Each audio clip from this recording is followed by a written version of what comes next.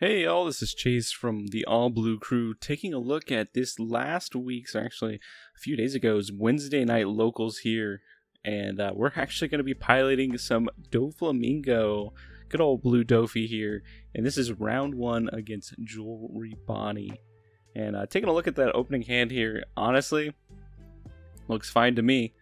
I will snap keep literally any hand that has a Perona turn one in it, because that, especially going first, and so I am going first, it's just so good, right? So I'm going to be able to set up with the Perona, try to hit some pretty decent targets off the top for next turn, and then the turn afterward, and it's just going to be, I'm just going to pop off. And so we're going to go ahead and take a look at top 5 cards. I also had a pudding in hand as well, especially against like Bonney. Bonney can sometimes just accrue a very large hand size with all their like tap searchers, and so kind of looking here, not like the best top 5 that I've seen. You know, I really want like a Jinbei or a Weevil at this point, but honestly, like I'm not against it, and so I set up a Mihawk, and so a Doflamingo blocker to draw the hand for next turn, and then a Mihawk to get off the top of the deck when I swing 7 next turn. So Bonney going to their turn 2, likely just going to play a searcher here, and then search. I mean, that's pretty much what Bonney does on their first turn. And yeah, no, Perona on 1, chef's kiss. Best turn 1 you can do with Blue Dofi at this current point in time. Now, I may have a different story in like 2 to 3 months when the starter deck comes out, because that starter deck, man, that gives some amazing cards to Dofi.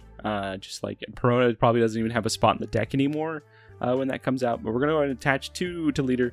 We're going to go ahead and swing 7 at lead, and we're going to activate the effect here, allowing me to, and I'm just explaining it to my opponent. It's slightly newer to the game. So, all right, we're going to flip it over here and play out the Mihawk tapped. Now that Mihawk, if it survives, could become crucial at helping me filter out my hand if I've got a bunch of junk in my hand. But right now my hand's like not too bad. Perfume Fever, nice one of fun of in this deck. Basically is the Diable Jambe of blue, so lets me give a character, the 7 Warlords character or leader, plus 2k for the turn, and then when that character or leader attacks, my opponent cannot activate their blockers. Now, if you know Bonney very well, you'll know that Bonney plays blockers, right? They play the Hawkins, they play the Eroges, and you know, Blocker City. So being able to just like let Bonney have this false sense of security, and then just boom, all right, my guy cannot be blocked, and I'm just gonna hit you really hard when you're at 0 life. So Bonney here Bonney player here gonna activate the 2 searchers that they played on 1. This is like what I don't want to see, right? Going into Bonney is just seeing immediately like a baby 5 as well as a Bonney searcher, just like getting them 2 good cards in hand. I'm a little fearful of like a Doflamingo if like the game doesn't go how I want it to go. And basically the way I want the game to go is I want to just like pressure and be as aggressive as possible here, in the early game before he starts, resolving like Hawkins or anything like that. So I can ensure that like by the time he slams down Doflamingo, I have a full board. He has like one life or less, and so then like I'm not as like worried. So he's gonna go ahead and grab the Rouge here, and it's kind of spent. His turn's kind of spent here. Potentially, you might attach 1 to lead, swing 6 at lead. Dofi is weird. So sometimes you want to take those hits, but sometimes you don't. And so a little bit of a strange play here. Just plays out the baby 5. I think, kind of talking to him after the game, he was going to use it to potentially set up some Dawn on a turn that maybe he has to tap out. So like next turn, if he plays a Hawkins, being able to set up some Dawn. So that baby 5, you can trash it when it's on the field and set up 2 of your Dawn at the end of your turn. So potentially using it that way.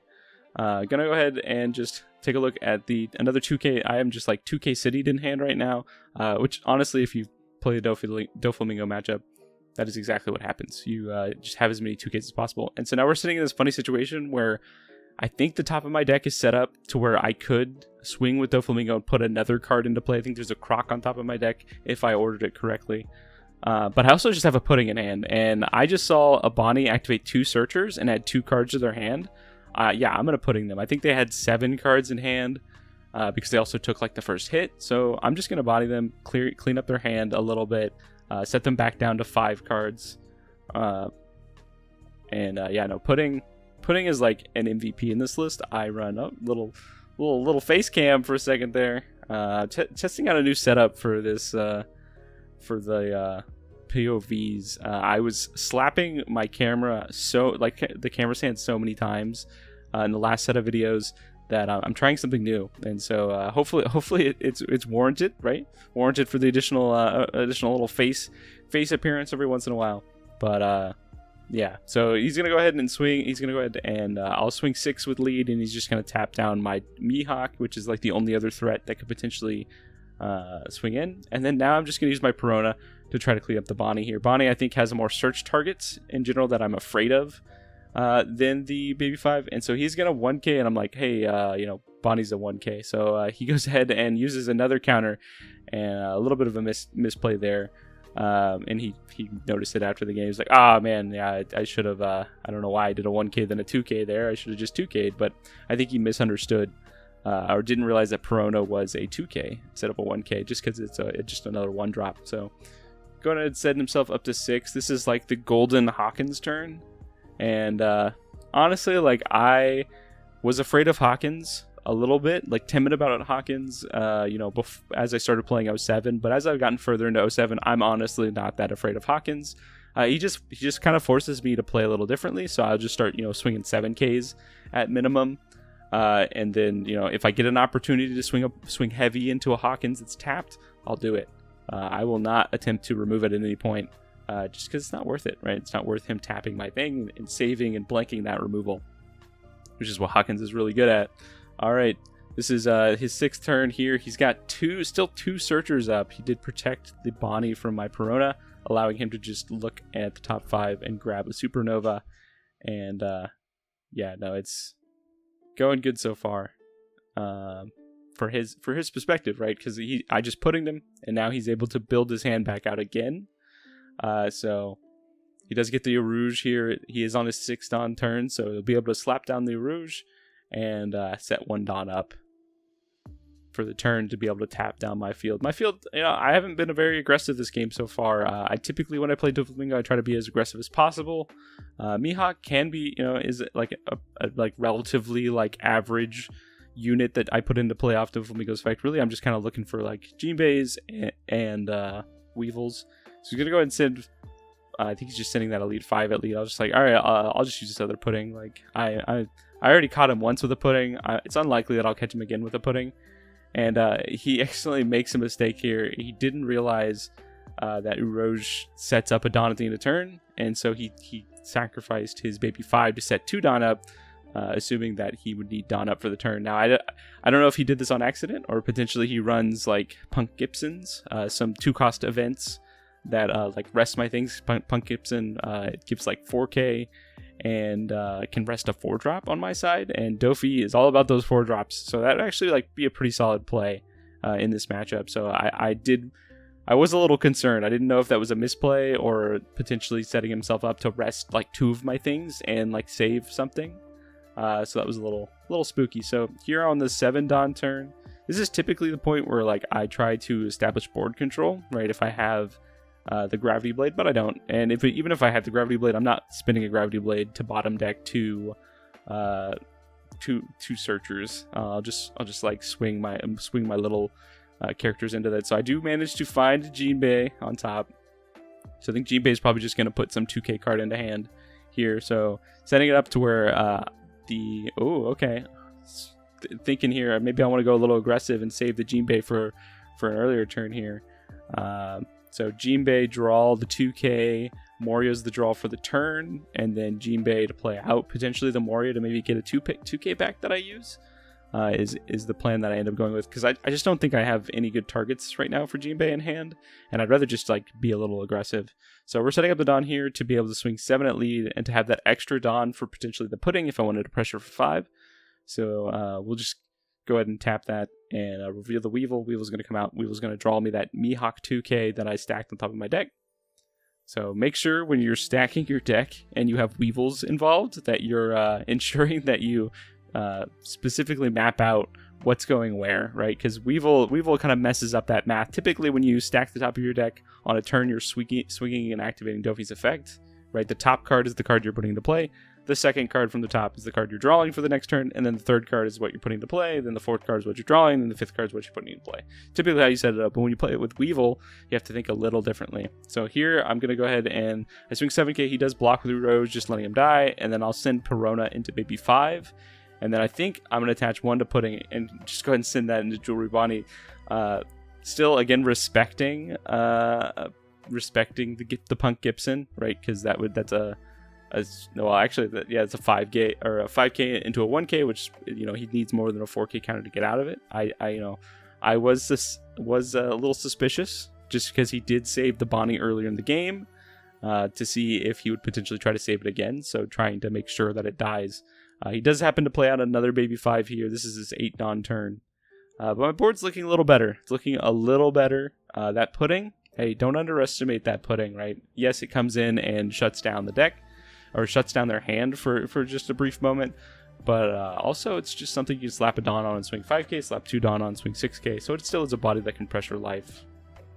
Alright, grabbing the Doflamingo boss monster to hand. So we're in this like weird situation where like I see a Doflamingo on the horizon.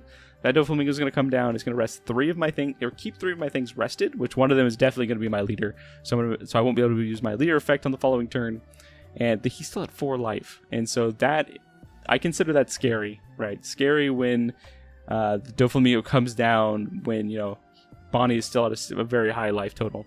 So this next turn, I'm probably just going to pressure as hard as possible. I think Bonney only has like 3 or 4 cards in hand.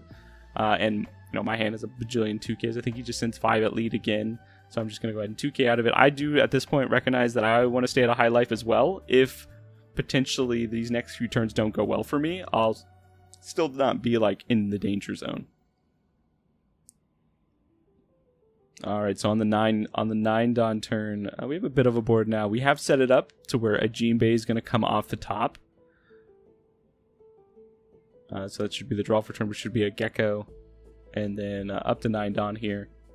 And so playing Dofi, you got to have a good memory. You got to be able to keep track of what the top 5 cards are, and I, for the most part, like did a pretty good job of remembering, but there was like 1 or 2 occasions where it was like, I know something's on top, but we're just gonna try it, right?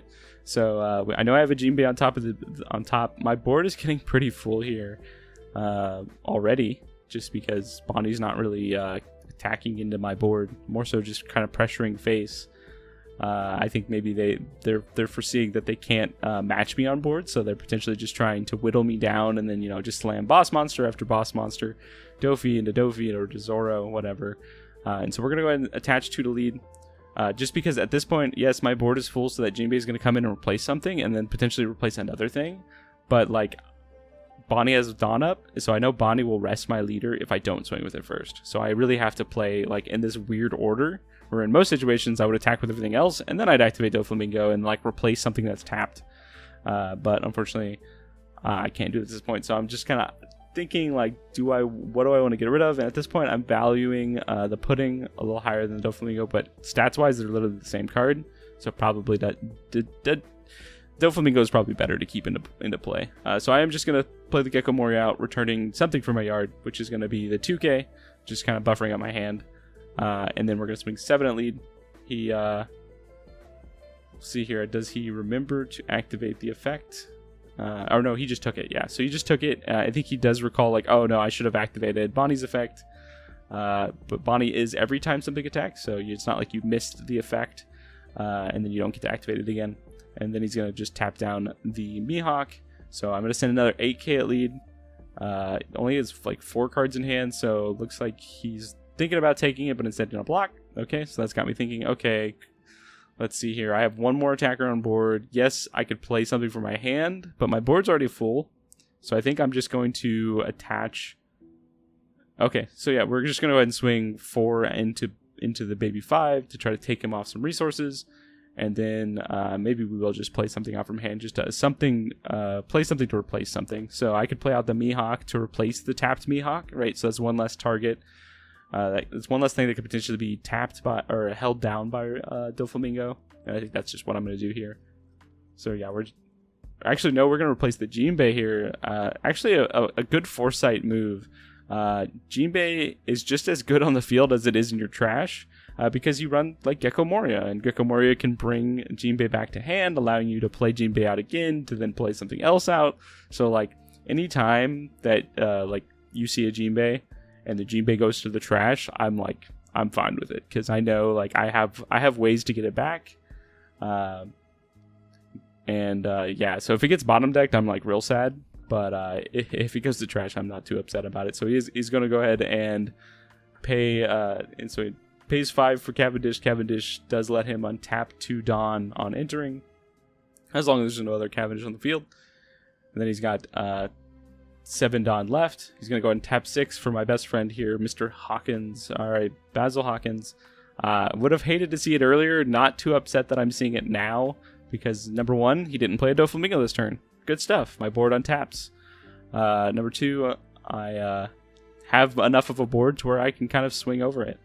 So that is what we're going to do here. I'm going to go ahead and take a 5k hit, just to try to see if I can find a potential, like maybe a red rock or something. I do run like 2 red rocks, just as like assurance, to like in case Doflamingo comes out and becomes a big threat, and starts like really being a nuisance. Maybe I need a bottom deck it at some point. But sitting at 3-3 right now, I am kind of planning to just attack over the Hawkins. So I might like threaten an 8k or a 7k here. I do not know what's on top of my deck at this point, so attaching to lead and swinging blind is probably not the play. I see a lot of Dofi players do that, and yeah, it's funny when you hit, right? It feels real good when you hit, but it also feels real bad when you don't, right? Because that's a wasted Dawn that could have attached to something and pressured the opponent's life. So when I don't know that there's something on top of my deck, I typically don't activate the effect. So I am going to go ahead and swing 8k. He does have 1 Dawn up. Will he remember the effect? And that's kind of the extra game with Bonney. Both as the person who's playing Bonney and the person who's playing against Bonney is like thinking, will Bonney forget? Will Bonney not activate effect? Because it kind of goes in a specific order. Like you declare your attacker right at their life or at a character, and then Bonney's effect can happen. But if they then go to block, so they activate the blocker or start discarding cards from hand or take life, the Bonney effect doesn't happen anymore. It's past its window of opportunity. And so here I'm thinking, do I want to bait the Mihawk into blocking? Because if I do, then I can just kill the Mihawk. But I think I'm just going to keep pressuring life and going 7 into lead again. This time with the Mihawk. Mihawk is a required effect. Mihawk is not a May ability, so when you attach Dawn to Mihawk, you better make sure that you don't know what's on top of your deck, right? Because it's going to screw up that whole pattern. So I'm going to find a Weevil and a Perona. So Perona allows me to kind of continue setting up my deck again, maybe next turn or this turn. And then I'm going to go ahead and just pitch a Gecko and a 0-cost event. So he's going to go ahead and block with that, which is like perfect to me. Like, when I have 5 Dawn up and multiple attackers, when you say, okay, cool, block with Basil, counter out, I'm like, all right, cool, I'm swinging Dawn. I'm attaching all my Dawn to something, and I'm killing that Hawkins. And at this point, I was thinking, like, there is a situation where you wonder if you should even care about Hawkins, right? Should Hawkins go down? Or should I just keep pressuring face? And so now I'm just, like, kind of thinking what I want to do, and I end up just doing, I think, 9k, or, no, thinking hard. I could go 10k and 10k into a 7, which would require 4k for him to get out of it. That's 2 2ks. Or it could go 9k, which would still require 2 cards out of hand, so I'm like not upset about it. Or do I just want to like push face? Do I want to just go like 7 7 5, right, and just keep pushing face? And I think I decide that I don't want to care. Like, I don't care about the Hawkins, right? You have to decide, like, is the Hawkins worth killing, right? Because at the end of the day, the Hawkins absorbs 1 attack, right? And when my board goes as wide as it does, I necessarily don't like care to fight the Hawkins. So I am just going to go ahead and use attack with the other Mihawk, having to draw 2, discard 2, And then he is just going to counter out of it, and he's going to pitch a kid and 0 cost event. I saw him pick up earlier in the game. 2 cards in hand. I'm like feeling like maybe I should just fight the Hawkins now. So I'm going to go ahead and send 8k. If it gets a 2k out of his hand, then like, okay, cool. Bonney's down to literally 1 card in hand, a Hawkins and a Cavendish and a Bonney, and I'm at 3 life, right? And my hand was like 2k, 2k, 2k, 2k. Yeah, I had 5 2ks in hand and a 1k. So like I was feeling like pretty good, even if he like pulled out the nuts and like Hody Jones me and stuff like that. So this turn he's going to go ahead and play the Mihawk. He does select my characters instead of my leader, and I talked to him after this turn, and he's like, oh yeah, I definitely should have done leader instead. Not recognizing the threat, but I think at this point, like leader, I hadn't recently stacked the top of my deck, so like maybe the leader didn't matter as much. And whereas the other cards were utilities, Mihawk draws me cards, Weevil attacks for 6k, stuff like that. So again, using the Cavendish to the best of its ability, attacking with Cavendish for 6k at lead, I believe. I think he's just everything's pressuring me, and that's just like free 2ks for life, and setting up that 1 Dawn. So Doflamingoing, also being able to set up Dawn, very strong for the Bonney player here. But my board is wide. It's wide, and I can swing with my leader. And I have that Perona in hand, so I can definitely pull off some shenanigans this turn if I wanted to. So up to 10 Dawn here. I have 3 attackers, though once I attack with one of them, one of them is going to get tapped because he does have 1 Dawn open.